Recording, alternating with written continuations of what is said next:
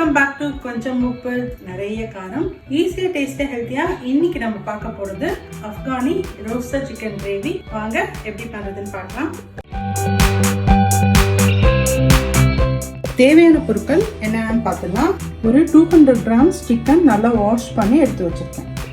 ஒரு medium size வெங்காயம் Rafah சாப் பண்ணி வச்சிருக்கேன். இஞ்சியும் பூண்டும் ஈக்குவல் குவான்டிட்டி எடுத்து வச்சிருக்கேன். 3 பச்சை மிளகா, ஒரு ஹேண்ட்ஃபுல் ஆஃப் கொரியாண்டர் லீஃப், அப்புறமா அதை விட கம்மியா புதினா, 1 டீஸ்பூன் மிளகு, 1 டீஸ்பூன் சோம்பு, 1 டேபிள் ஸ்பூன் அளவுக்கு உடைச்ச முந்திரி எடுத்து வச்சிருக்கேன். அப்புறமா ஒரு சின்ன துண்டு ஏலக்காய், ஒரே ஒரு பட்டை, ஒரே ஒரு கிராம்பு.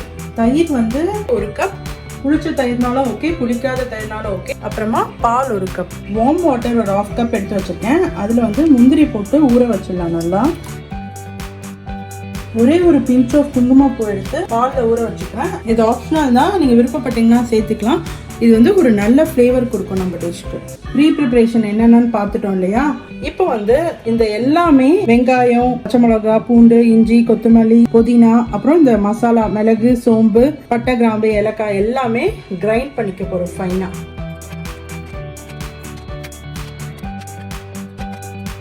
ஒரு மிக்சிங் பவுல்ல நான் கர்ட் ஆட் பண்ணிக்கிறேன். ஆட் பண்ணிட்டு நல்லா லம்ஸ் இல்லாம விஸ்க் பண்ணிக்கலாம். நல்லா ஸ்மூத்தா இருக்கணும். இது மாதிரி விஸ்க் பண்றதுனால திரியா ஆகாது. நம்ம குக் பண்றப்போ நல்லா விஸ்க் பண்ணிக்கலாம். ஒரு 1 மினிட் அட்லீஸ்ட் நம்ம நல்லா விஸ்க் பண்ணிக்கலாம். அடுத்துதான் நம்ம கிரைண்ட் பண்ணி வச்ச மிக்சரை இதில் ஆட் பண்ணிக்கிறேன்.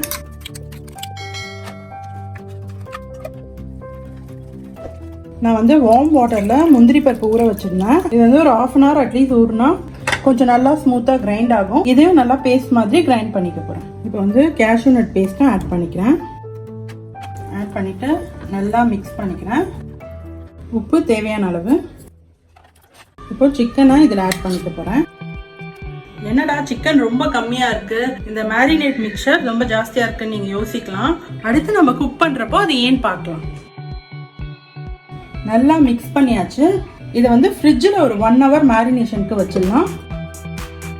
1 ஹவர் ஆயிடுச்சு. சிக்கன் நல்லா ஊறி இருக்கு. இப்போ இதை நம்ம ரோஸ்ட் பண்ணிக்க போறோம். ஒரு கிரில் பேன்ல நான் ஆயில் ஆட் பண்ணிக்கிறேன்.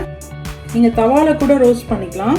எண்ணெய் நல்லா சூடானதுக்கு அப்புறம் நம்ம ஒரு பீசஸா எடுத்து ரோஸ்ட் பண்ணிக்கலாம்.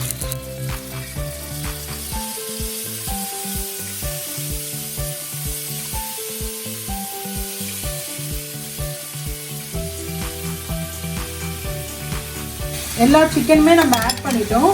இப்போ மேரினேட் இவ்வளோ மிச்சம் இருக்கு. மீடியம் ஃப்ளேம்ல வச்சு நல்லா சிக்கன் 2 பக்கமும் திருப்பி போட்டு ப்ரௌன் ஆகிற அளவுக்கு ரெடி பண்ணி எடுத்துக்கணும்.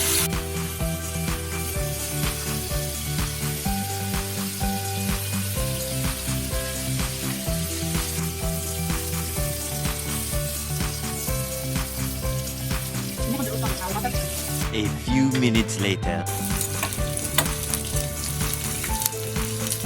சிக்கன் மீடியம் ஃப்ளேம்ல வச்சு 2 பக்கமும் நல்லா ப்ரௌன் ஆகிற அளவுக்கு ரோஸ்ட் பண்ணி எடுத்துட்டோம். இந்த ரோஸ்டிங்லேயே சிக்கன் 80 to 90% குக் ஆகிடும். அடுத்ததான் நான் ஒரு பேன் வச்சுக்கிறேன். அதில் ஒரே ஒரு டேபிள் ஸ்பூன் ஆயில் ஆட் பண்ணிக்கிறேன். ஒரே ஒரு பிரிஞ்சி இலை. அடுத்ததான் மிச்சம் இருக்கிற மேரினேட் மசாலாவை இதில் ஆட் பண்ணிக்கிறேன். இதோட கொஞ்சம் தண்ணி சேர்த்துக்கலாம். 10 மினிட்ஸ் மீடியம் ஃப்ளேம்ல அந்த ரா ஸ்மெல் போற அளவுக்கு நல்லா குக் பண்ணிக்கலாம். நம்ம பாலில் குங்குமப்பூ கரைச்சி வச்சிருந்தோம் இல்லையா, அந்த பாலை நான் இப்போ இதில் ஆட் பண்ணிக்க போறேன். ஆட் பண்ணிட்டு ஒரு 5 மினிட்ஸ் இந்த பால் இந்த மசாலாலாம் கலந்து வர வரைக்கும் சிம்லயே வச்சு குக் பண்ணிக்கலாம். சீசனிங் செக் பண்ணிட்டு உப்பு தேவைப்பட்டா கொஞ்சம் ஆட் பண்ணிக்கலாம். இது ரொம்ப ஸ்பைசியாலாம் இருக்காது. ஒரு மைல்டான ஸ்பைசி டிஷ். இது நல்ல ஃப்ளேவர்ஃபுல்லா இருக்கும். இப்போ நம்ம ரோஸ்ட் பண்ண சிக்கனை ஒன்றா சேர்த்துடலாம். சிக்கன் ஆல்மோஸ்ட் 80% குக் ஆயிருக்கும் நம்ம ரோஸ்ட் பண்ணதுலயே. இப்போ இந்த கிரேவியோட சேர்ந்து அந்த மசாலாலாம் உள்ள இறங்குற வரைக்கும் குக் ஆனா சிக்கன் நல்லா சாஃப்டா இருக்கும். அதோட அந்த ரோஸ்டட் ஃப்ளேவரும் ரொம்ப நல்லா இருக்கும். சப்பாத்தி, பூரி அந்த மாதிரி ஐட்டம்ஸ்க்கெல்லாம் இது நல்ல காம்பினேஷன். ஒரு 5 to 10 மினிட்ஸ் நம்ம மீடியம் ஃப்ளேம்ல வச்சு குக் பண்ணி எடுத்துக்கலாம். A few minutes later. ஒரு 10 மினிட்ஸா சிக்கன் வந்து மீடியம் ஃப்ளேம்ல நல்லா குக் பண்ணி எடுத்தாச்சு. கிரேவிலேருந்து லைட்டாக எண்ணெய் பிரிஞ்சியும் வர ஆரம்பிச்சிருச்சு.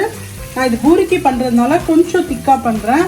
ஒருவேளை சப்பாத்தி தோசை அது மாதிரி பண்ணணும்னா இன்னும் கொஞ்சம் டைல்யூட் பண்ணி கூட பண்ணிக்கலாம். கண்டிப்பாக இதை நீங்கள் வீட்டில் ட்ரை பண்ணி பாருங்கள்.